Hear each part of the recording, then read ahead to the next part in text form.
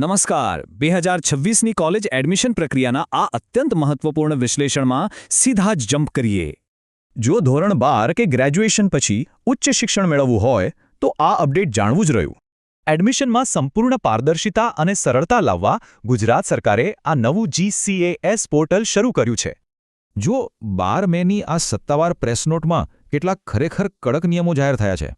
હવે સૌથી મોટી વાત એ છે કે કોલેજ એડમિશન માટે બસ આ GCAS પોર્ટલ જ એકમાત્ર માન્ય રસ્તો છે.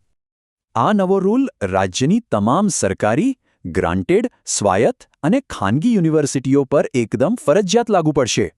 હા, આમાં ખાસ કરીને તમામ UG, PG, BEd અને LLBના કોર્સને કવર કરી લેવાયા છે. મતલબ કે હવે કોઈપણ કોલેજ કે યુનિવર્સિટી પોતાનું અલગ એડમિશન પોર્ટલ બિલકુલ ચલાવી શકશે નહીં. તો સવાલ એ થાય કે જો કોઈ અનધિકૃત પ્રાઇવેટ પોર્ટલથી ફોર્મ ભરીએ તો શું થશે? સિમ્પલ છે. આવા કોઈ પણ ખોટા રસ્તે લીધેલા એડમિશનને યુનિવર્સિટીઓ જરાય માન્યતા નહીં આપે. અને હા, જો સત્તાવાર સિસ્ટમને બાયપાસ કરવાનો ટ્રાય કર્યો ને તો ગંભીર કાનૂની કાર્યવાહી પણ થઈ શકે છે. આવા ગેરકાયદેસર એડમિશનના કિસ્સામાં સંપૂર્ણ જવાબદારી સીધી જ વિદ્યાર્થીઓ અને તેમના વાલીઓની રહેશે.